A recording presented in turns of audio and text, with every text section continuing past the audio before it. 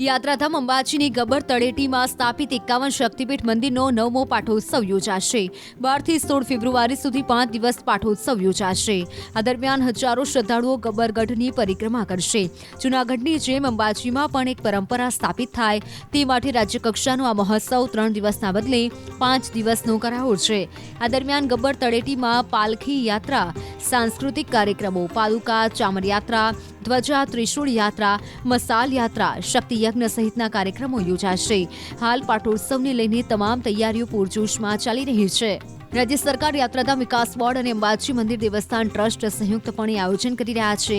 ઉલ્લેખનીય છે કે ગબ્બર તળેટીમાં 51 શક્તિપીઠનું નિર્માણ કાર્ય તત્કાલીન મુખ્યમંત્રી અને પ્રવર્તમાન વડાપ્રધાન નરેન્દ્ર મોદીની મહેચ્છાથી કરવામાં આવ્યું હતું, જેમાં ભારત સહિત શ્રીલંકા, બાંગ્લાદેશ, નેપાળ, પાકિસ્તાન જેવા દેશોમાં સ્થાપિત 51 શક્તિપીઠના મંદિરો જેવા જ આબેહૂબ મંદિરો તૈયાર કરાયા છે। ત્યારે આ કાર્યક્રમમાં મોટી સંખ્યામાં શ્રદ્ધાળુઓ ઉમટી પડશે।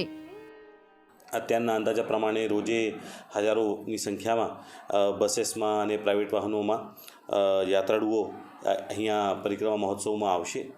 એમના માટે મંદિર તરફથી વિનામૂલ્યે ભોજનની વ્યવસ્થા રાખવામાં આવનાર છે। સાથે સાથે તમામ સંકુલોમાં યજ્ઞ પણ થશે, જેની બુકિંગ અમે શરૂ કરી છે અને એના અંદર અમને રેસ્પોન્સ પણ સારું મળી રહ્યું છે અને 5 દિવસ તમામ સંકુલોમાં યજ્ઞ થશે। સાંજે મહાઆરતી થશે અને અન્ય ઘણા બધા આયોજન છે જે આ વખતના પરિક્રમા મહોત્સવને સફળ બનાવવા માટે મંદિરનું ટ્રસ્ટ, યાત્રાધામ બોર્ડ અને ગુજરાત સરકાર તરફથી કરવામાં આવી રહ્યું છે।